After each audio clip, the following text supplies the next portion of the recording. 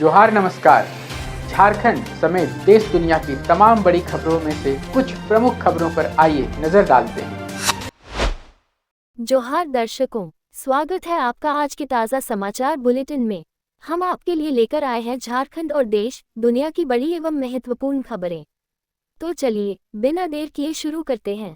सबसे पहले बात झारखंड की। झारखंड में सक्रिय मानसून के कारण रांची सहित कई जिलों में भारी बारिश हुई है, जिससे कई इलाकों में जलभराव हो गया और सुरक्षा के मद्देनजर बिजली आपूर्ति भी प्रभावित रही। मौसम विभाग के अनुसार एक सक्रिय मौसमी टफ के कारण राज्य में अगले कुछ दिनों तक हल्की से मध्यम बारिश और मेघ गर्जन का ये सिलसिला जारी रहने की संभावना है। विशेष रूप से 15 से 17 जून तक आंशिक रूप से बादल छाए रहेंगे और राज्य के विभिन्न हिस्सों में गरज के साथ वर्षा का अनुमान है। झारखंड के महाधिवक्ता राजीव रंजन के इस्तीफे के बाद राज्यपाल की मंजूरी से झारखंड उच्च न्यायालय के प्रतिष्ठित और अनुभवी अधिवक्ता रोहितश्य रॉय को राज्य का नया महाधिवक्ता नियुक्त किया गया है। विधि विभाग द्वारा भारत के संविधान के अनुच्छेद 165(1) के तहत इस संबंध में आधिकारिक अधिसूचना भी जारी कर दी गई है। नए महाधिवक्ता के रूप में रोहितश्य रॉय पर अब झारखंड सरकार के मुख्य विधिक सलाहकार के रूप में अदालत में सरकार का पक्ष रखने और कानूनी मामलों में राय देने की बड़ी जिम्मेदारी होगी। महाधिवक्ता राजीव रंजन के इस्तीफे पर भाजपा प्रदेश प्रवक्ता अजय शाह ने हेमंत सरकार पर हमला बोलते हुए इसे म्यूजिकल चेक का खेल बताया है और आरोप लगाया है कि यहां संवैधानिक पदों पर फैसला योग्यता से नहीं बल्कि सत्ता के समीकरणों से होता है। भाजपा प्रवक्ता ने दावा किया कि निवर्तमान महाधिवक्ता के कार्यकाल में राजनीतिक एजेंडे के कारण कानूनी स्थिति कमजोर रही, जिससे सरकार को अदालतों में लगातार शर्मिंदगी झेलनी पड़ी और सरकारी धन की बर्बादी हुई। इस घटनाक्रम को लेकर भाजपा ने सरकार से राजीव रंजन के पूरे कार्यकाल पर श्वेत पत्र जारी करने तथा उनके इस्तीफे के पीछे की असली सच्चाई जनता के सामने रखने की मांग की है। रामगढ़ के अरगड्डा में अवैध कोयला खनन के दौरान 4 मजदूरों की मौत मामले का जायजा लेने पहुंचे नेता प्रतिपक्ष बाबूलाल मरांडी ने पीड़ित परिवारों से मिलकर उन्हें ढांढस बंधाया और हरसंभव सहयोग का आश्वासन दिया। उन्होंने जिला प्रशासन और सीसीएल प्रबंधन की लापरवाही पर सवाल उठाते हुए राज्य सरकार पर आरोप लगाया कि झारखंड में अवैध खनन माफियाओं का एक मजबूत सिंडिकेट सक्रिय है, जिसमें कमाई का 75% हिस्सा सीधे सीएम हाउस तक पहुंचता है। श्री मरांडी ने इस घटना को प्रशासनिक लापरवाही से हुई सामूहिक हत्या जैसा बताते हुए मुख्यमंत्री से पूरे मामले की उच्चस्तरीय न्यायिक जांच कराने, दोषियों पर हत्या की धाराओं में कार्रवाई करने और पीड़ित परिवारों को सम्मानजनक मुआवजा व सरकारी नौकरी देने की मांग की है। विस्थापन और बेरोजगारी के कारण जान जोखिम में डालकर काम करने को मजबूर पीड़ित परिवारों ने भी सीसीएल प्रबंधन से 10-10 लाख रुपए के मुआवजे की गुहार लगाई है। झारखंड बिजली वितरण निगम लिमिटेड JBVNL ने धनबाद के उपभोक्ताओं को डिजिटल सेवाएं देने के लिए पावर सप्लाई धनबाद नाम से आधिकारिक व्हाट्सएप चैनल लॉन्च किया है। इस चैनल के माध्यम से बिजली आपूर्ति बाधित या बहाल होने, निर्धारित मेंटेनेंस, बिल भुगतान की तिथि और सुरक्षा संबंधी महत्वपूर्ण सूचनाएं सीधे उपभोक्ताओं के मोबाइल पर उपलब्ध होंगी।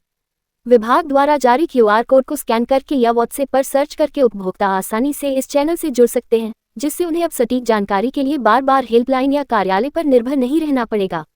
पूरे राज्य में इस सेवा के विस्तार की है जरूरत। गुमला के बम्हानी में आदिवासी छात्र संघ की बैठक में सरना धर्म कोड लागू करने की मांग को लेकर बिशुनपुर विधानसभा के घाघरा से एक रैली निकालने का निर्णय लिया गया है। वक्ताओं ने चिंता व्यक्त की कि 10 करोड़ से अधिक आबादी होने के बावजूद आदिवासियों के लिए अलग धर्म कॉलम नहीं है, जिसके कारण 1961 से उनकी पहचान और आरक्षण प्रभावित हो रहा है। इस दौरान परिसीमन और संवैधानिक अधिकारों की अनदेखी का विरोध करने का संकल्प लिया गया और गुमला प्रखंड के लिए आदिवासी छात्र संघ समिति का गठन भी किया गया। झारखंड के 11 पारंपरिक उत्पादों जैसे भगैया साड़ी, कुचाई सिल्क और डोकरा क्राफ्ट को भौगोलिक संकेतक GI टैग मिला है, जिससे अब राज्य के कुल प्रमाणित उत्पादों की संख्या बढ़ गई है, जहां पहले सिर्फ सोहराया पेंटिंग को ये दर्जा प्राप्त था। झारक्राफ्ट के प्रयासों से मिली इस 10 वर्षीय कानूनी मान्यता से उत्पादों की ब्रांड वैल्यू बढ़ेगी, जिससे नकली सामानों पर रोक लगेगी और स्थानीय कारीगरों, बुनकरों व किसानों को सीधा आर्थिक लाभ होगा। चेन्नई की विशेषज्ञ टीम द्वारा गहन मूल्यांकन के बाद मिली इस सफलता के बाद अब झारक्राफ्ट राज्य के 5 अन्य विशिष्ट उत्पादों जैसे सिमडेगा की मीठी इमली को भी GI टैग दिलाने की अंतिम प्रक्रिया में जुटा है। विशेष गहन पुनरीक्षण SIR अभियान में लापरवाही बरतने पर जिला निर्वाचन पदाधिकारी कंचन कुमारी भुदौलिया के निर्देश पर पोड़ैयाहाट प्रखंड में जिला प्रशासन ने सख्त रुख अपनाया है। निरीक्षण के दौरान निर्वाचन कार्यों में उदासीनता बरतने पर बूथ संख्या -39 के BLO को कारण बताओ नोटिस जारी किया गया है, जबकि अनधिकृत रूप से अनुपस्थित सुपरवाइजर को तत्काल प्रभाव से निलंबित कर दिया गया है। इसके अतिरिक्त चुनाव संबंधी कार्यों में अपेक्षित रुचि न लेने के कारण AERO सह BDO और एडिशनल AERO सह अंचलाधिकारी CO के खिलाफ भी शो कॉज जारी करने का निर्देश दिया गया है। झारखंड के दुमका में कमर्शियल पायलट प्रशिक्षण कार्यक्रम के पहले चरण की शुरुआत हो गई है, जिसमें चयनित 15 छात्रों को वर्तमान में ग्राउंड एक्टिविटी और एविएशन की बेसिक पढ़ाई कराई जा रही है। इस प्रशिक्षण की कुल फीस 34.31 लाख रुपए तय की गई है, जिसे 6 चरणों में जमा करना होगा, जबकि दूसरे चरण में सरकार की योजना 15 और मेधावी व आर्थिक रूप से कमजोर छात्रों को पूरी तरह निःशुल्क प्रशिक्षण देने की है। राज्य में पहली बार शुरू हुए इस कार्यक्रम से युवाओं के लिए एविएशन सेक्टर में करियर के नए रास्ते खुले हैं। वहीं चयन प्रक्रिया को और पारदर्शी बनाने के लिए JCECE ने दस्तावेजों की जांच की जिम्मेदारी भी खुद को सौंपने का सुझाव दिया है। केंद्र सरकार ने लोहरदगा से गुमला होते हुए छत्तीसगढ़ के धर्मजयगढ़ तक 291.881 किलोमीटर लंबी नई रेलवे लाइन बिछाने की महत्वाकांक्षी परियोजना को अधिसूचित कर दिया है। इस परियोजना के लिए लोहरदगा के सांसद सुखदेव भगत लंबे समय से प्रयासरत थे, जिन्होंने संसद और रेल मंत्रालय के समक्ष इस क्षेत्र के धार्मिक व ऐतिहासिक महत्व का हवाला देते हुए इसकी पैरवी की थी। इस नई रेल लाइन के निर्माण से झारखंड और छत्तीसगढ़ के बीच रेल नेटवर्क मजबूत होगा, जिससे स्थानीय लोगों की यात्रा आसान होने के साथ साथ किसानों, व्यापारियों, पर्यटन और रोजगार को बड़ी रफ्तार मिलेगी। गढ़वा जिले के खरौंदी प्रखंड मुख्यालय में आदित्य कुमार नामक एक युवक प्रेम प्रसंग के चलते शादी की मांग को लेकर एक मोबाइल टावर पर चढ़ गया, जिससे पूरे इलाके में अफरा तफरी मच गई। घटना की सूचना मिलते ही खरौंदी थाने की पुलिस बल के साथ मौके पर पहुंची और भीड़ को नियंत्रित करते हुए युवक को समझाने का प्रयास शुरू किया। करीब कई घंटों के हाई वोल्टेज ड्रामे के बाद जब संबंधित युवती मौके पर पहुंची, तब युवक सुरक्षित नीचे उतरा, जिसके बाद पुलिस उसे पूछताछ के लिए थाने ले गई। जमशेदपुर के बिरसानगा में प्रधानमंत्री आवास योजना शहरी के तहत निर्मित फ्लैटों की चाबियां आगामी 19 जून को लाभार्थियों को सौंप दी जाएंगी। नगर विकास मंत्री सुदिव्य कुमार सोनू ने विधायक सरयू राय को इसकी जानकारी दी और उनके आग्रह पर फ्लैटों में हुई टूट फूट की मरम्मत सरकारी खर्च पर कराने की मांग भी स्वीकार कर ली है। पूर्व में 31 मई और फिर 15 जून की समय सीमा तय की गई थी, लेकिन 18 जून को होने वाले राज्यसभा चुनाव के मतदान के कारण प्रशासनिक दृष्टिकोण से इस कार्यक्रम की तिथि को आगे बढ़ाकर 19 जून किया गया है। झारखंड के लोहरदगा जिले के रोचो बरवाटोली गांव में जैविक पद्धति से उत्पादित 1.5 मीट्रिक टन उच्च गुणवत्ता वाले ग्रेड ए आम्रपाली आम की पहली खेप को उपायुक्त संदीप कुमार मीना ने हरी झंडी दिखाकर रवाना किया, जो कोलकाता से समुद्री मार्ग द्वारा दुबई और इटली निर्यात की जाएगी। अपेडा APADA के सहयोग से हो रहा यह अंतर्राष्ट्रीय निर्यात जिले के 32 परिवारों की मेहनत का परिणाम है, जो गांव के करीब 25 एकड़ क्षेत्र में आम्रपाली और मल्लिका किस्म की बागवानी से जुड़े हैं। जिले में मनरेगा के तहत संचालित बिरसा हरित ग्राम योजना किसानों के लिए वरदान साबित हुई है, जिसके माध्यम से वर्ष 2017-18 से 2025-26 तक हजारों एकड़ में बागवानी विकसित की गई है और वर्ष 2026-27 में लगभग 2588 मीट्रिक टन आम उत्पादन का अनुमान है। रांची के धुरवा से रहस्यमय तरीके से लापता हुए जुड़वा भाइयों के मामले में नया मोड़ आ गया है, जहां उड़ीसा के पुरी से बरामदगी के बाद पूछताछ के दौरान करण और उसका दोस्त शिवा पुलिस को चकमा देकर दोबारा फरार हो गए हैं। हालांकि दूसरे जुड़वा भाई अर्जुन को पुलिस ने सकुशल अपने कब्जे में ले लिया है, जिससे परिजनों और स्थानीय लोगों द्वारा जताई जा रही अपहरण की आशंका पूरी तरह फर्जी साबित हुई है। पूछताछ में अर्जुन ने खुलासा किया कि वे तीनों सिर्फ समंदर देखने की चाहत में 1 जून को बिना बताए घर से निकले थे और पैसे खत्म होने पर मानकर अपना पेट भर रहे थे। रांची पुलिस की विशेष टीम ने CCTV फुटेज और तकनीकी सर्विलांस की मदद से इन्हें पुरी में ढूंढा था और अब फरार हुए दोनों अन्य बच्चों की दोबारा तलाश में एड़ी चोटी का जोर लगा रही है। चान्हो के 82 के सिसई अंबाटोली मोड़ से खद्देवरी नदी तक जाने वाली मुख्य जर्जर सड़क की मरम्मत ग्रामीणों ने आपसी सहयोग और सामूहिक श्रमदान से की है। ग्रामीणों के अनुसार कई गांवों को जोड़ने वाली यह मुख्य सड़क जगह जगह बोल्डर निकलने और बड़े बड़े गड्ढों के कारण चलने लायक नहीं बची थी, जिससे खासकर 4 पहिया वाहनों को काफी परेशानी होती थी। इस समस्या से निजात पाने के लिए ग्रामीणों ने एकजुट होकर सड़क पर करीब 100 ट्रैक्टर मिट्टी व मोरम गिराया और उसे समतल कर आवागमन के अनुकूल बना दिया। झारखंड कैडर के 1995 बैच के वरिष्ठ IPS अधिकारी संजय आनंद राव लाटकर को केंद्र सरकार ने महानिदेशक DG रैंक के लिए इम्पेनल किया है, जिसकी अधिसूचना केंद्रीय कार्मिक मंत्रालय द्वारा जारी की गई है। देश भर के 33 IPS अधिकारियों की इस सूची में झारखंड से शामिल होने वाले वह एकमात्र अधिकारी हैं। वर्तमान में परमाणु ऊर्जा विभाग में ADG सुरक्षा के पद पर तैनात लाटकर इससे पहले झारखंड में ADG ऑपरेशन, CRPF IG और कई महत्वपूर्ण जिलों के SP के रूप में अपनी सेवाएं दे चुके हैं। रांची के श्री कृष्ण पैलेस में डॉक्टर मनोरंजन कुमार जमुआर की अध्यक्षता में शौर्य शक्ति सेवा फाउंडेशन NGO की प्रथम बैठक आयोजित हुई, जिसमें जमशेदपुर पूर्वी के विधायक सरयू राय ने बतौर मुख्य अतिथि शामिल होकर संस्था को सेवा भाव से कार्य करने का आशीर्वाद दिया।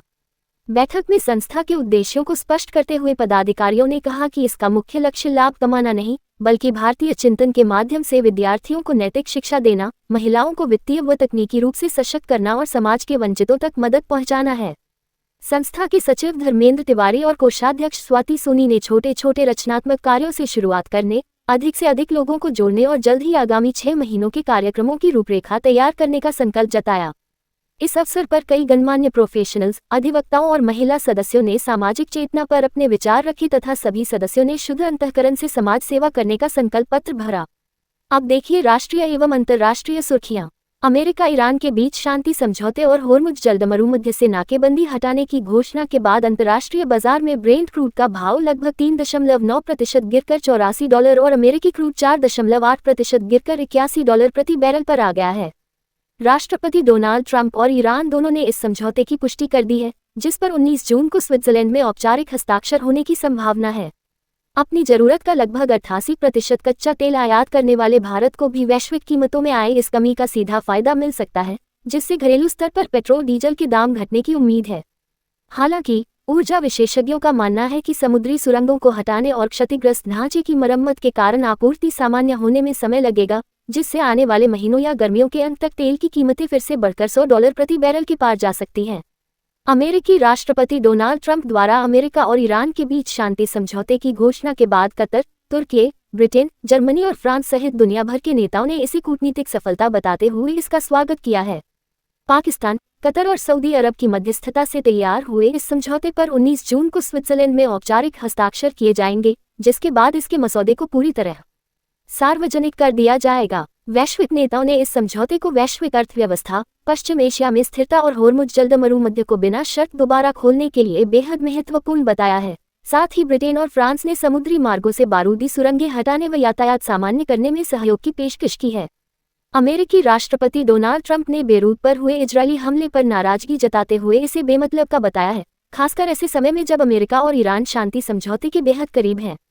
उन्होंने इजरायल और ईरान दोनों को कड़ी चेतावनी देते हुए कहा कि लेबनान सहित पूरे क्षेत्र में शांति लाने के लिए दोनों ओर से हर हाल में हमले रुकने चाहिए। ट्रंप ने सभी पक्षों से पीछे हटने की अपील करते हुए जोर दिया कि हिजबुल्लाह सहित किसी भी अन्य पक्ष को इजरायल पर और इजरायल को लेबनान पर हमले नहीं करने चाहिए, ताकि एक लंबी और शानदार शांति की शुरुआत को बर्बाद होने से बचाया जा सके। इजरायली सेना ने रविवार को उत्तरी इजरायल में हुए हमलों का जवाब देते हुए बेरूत में हिजबुल्लाह से जुड़ी संरचनाओं को निशाना बनाया है, जिसके बाद ईरान ने मांग की है कि अमेरिका ईरान समझौते में लेबनान पर होने वाले इजरायली हमलों पर रोक शामिल होनी चाहिए। इस बीच पाकिस्तान के प्रधानमंत्री शहबाज शरीफ ने दावा किया है कि अमेरिका और ईरान पश्चिम एशिया में युद्ध समाप्त करने के लिए एक अंतिम और आपसी सहमति वाले मसौदे पर राजी हो गए हैं। 28 फरवरी से शुरू हुए इस संघर्ष के कारण फारस की खाड़ी से तेल गैस की आपूर्ति ठप हो गई थी, लेकिन 7 अप्रैल से लागू युद्धविराम के बाद अब दोनों पक्ष पाकिस्तान की मध्यस्थता से शांति की ओर बढ़ रहे हैं। फ्रांस के नीस में प्रधानमंत्री नरेंद्र मोदी और राष्ट्रपति इमैनुअल मैक्रों ने भारत इनोवेट्स समारोह का उद्घाटन किया, जहां पीएम मोदी ने नवाचार इनोवेशन को भारत के डीएनए में समाया हुआ बताते हुए भारत फ्रांस के साझा विजन और युवाओं की स्टार्टअप क्रांति पर जोर दिया। राष्ट्रपति मैक्रों ने भारत की वैश्विक नवाचार क्षमताओं और चंद्रयान-3 मिशन की सफलता की सराहना करते हुए पीएम मोदी के नेतृत्व की जमकर तारीफ की। इस दौरान दोनों नेताओं ने इंटरनेशनल सोलर अलायंस और एआई, आर्टिफिशियल इंटेलिजेंस जैसी साझेदारियों का जिक्र करते हुए वैश्विक व मानवता से जुड़ी चुनौतियों का मिलकर समाधान खोजने की अपनी प्रतिबद्धता को दोहराया। सर्बिया के 6 फीट 6 इंच लंबे राष्ट्रपति अलेक्जेंडर वुसिच ने प्रधानमंत्री नरेंद्र मोदी को भारत के सबसे लंबे समय तक सेवा देने वाले निर्वाचित प्रधानमंत्री बनने पर बधाई दी और उनके नेतृत्व व दूरदर्शिता की सराहना की। दोनों नेताओं के बीच एक अनूठा इत्तेफाक ये है कि दोनों ने ही वर्ष 2014 में अपने अपने देशों, पीएम मोदी ने भारत और वुसिच ने सर्बिया की सत्ता संभाली थी और तब से लगातार शीर्ष पद पर बने हुए हैं। राष्ट्रपति वुसिच, जिन्हें उनके कठिन आर्थिक सुधारों, प्रशासनिक कार्यों और खेल साहित्य के शौक के लिए जाना जाता है, कि इस शुभकामना पर पीएम मोदी ने भी आभार व्यक्त करते हुए सर्बिया के साथ भारत की मित्रता को मजबूत करने की प्रतिबद्धता दोहराई। अमेरिकी नौसेना के अनुसार 14 जून 2026 को ओमान तट के पास रस अल हद से लगभग 80 नॉटिकल मील दूर MSV विराट एक नामक भारतीय झंडे वाला एक जहाज डूब गया। इस जहाज पर 14 भारतीय क्रू सदस्य सवार थे, जिन्हें अमेरिकी पायलट विमान द्वारा गिराए गए लाइफ राफ्ट और पास से गुजर रहे मालवाहक जहाज MV जबल अली नौ की मदद से सुरक्षित बचा लिया गया है। घटना की जानकारी मिलने के बाद भारतीय नौसेना के जहाजों को तुरंत मौके के लिए रवाना कर दिया गया है। वहीं ओमान में भारतीय दूतावास और स्थानीय अधिकारी खोज व बचाव अभियान की निगरानी कर रहे हैं। अमेरिका और ईरान के बीच जारी तनाव के दौरान कमर्शियल जहाजों पर हो रहे हमलों में अब तक 13 भारतीय नाविकों की जान जा चुकी है, जिससे नाराज नाविकों ने सोशल मीडिया पर वीडियो साझा कर युद्ध में खुद को निशाना बनाए जाने पर गंभीर सवाल उठाए हैं। हाल ही में एंटीसेटबेलो जहाज पर हुए हमले में 3 भारतीयों की मौत के बाद भारत सरकार ने अमेरिका के समक्ष कड़ी आपत्ति दर्ज कराई है, जिस पर अमेरिका ने होर्मुज जलदमरूमध्य बंद होने का हवाला देते हुए आदेश के उल्लंघन पर सख्त रुख अपनाया है। इस बीच एक अन्य एमटी सेलेस्टियल जहाज पर बीमारी के कारण दम तोड़ने वाले भारतीय नाविक निशांत का शव क्षेत्र में जारी नाकेबंदी और आवश्यक संसाधनों की कमी के कारण फंसा हुआ है, जिसे वापस लाने के लिए ओमान स्थित भारतीय दूतावास लगातार प्रयास कर रहा है।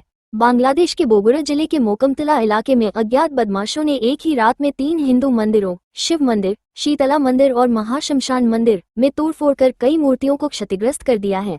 घटना की सूचना मिलते ही स्थानीय प्रशासनिक अधिकारियों और पुलिस ने मौके पर पहुंचकर जांच शुरू कर दी है। हालांकि मुख्य आबादी से दूर होने के कारण वारदात के सटीक समय का पता लगाया जा रहा है। इलाके में उपजे तनाव के बीच पुलिस को अब भी मंदिर समिति की लिखित शिकायत का इंतजार है। वहीं रिपोर्टों के अनुसार बांग्लादेश में हाल के महीनों में हिंदू समुदाय और उनके धार्मिक स्थलों को निशाना बनाए जाने की घटनाएं लगातार बढ़ी हैं। ये थी आज की बड़ी खबरें। अगर आप ऐसे ही अपडेट्स पाना चाहते हैं तो हमारे YouTube चैनल को सब्सक्राइब करें, Facebook पेज को लाइक करें और इस वीडियो को लाइक एवं शेयर जरूर करें। फिर मिलेंगे अगले बुलेटिन में, तब तक के लिए जोहार और नमस्ते। कैसी लगी आपको हमारी ये खबर, ये हमें कमेंट बॉक्स में लिखकर ज़रूर से बताएं और ऐसे ही नवीनतम ताज़ा अपडेट्स, खास खबरों से रूबरू बने रहने के लिए बने रहें हमारे संग। कैमरा के पीछे से मेरा सहयोग कर रहे अजय महतो, आनंद चौहान के साथ मैं यजत पिंटू रांची।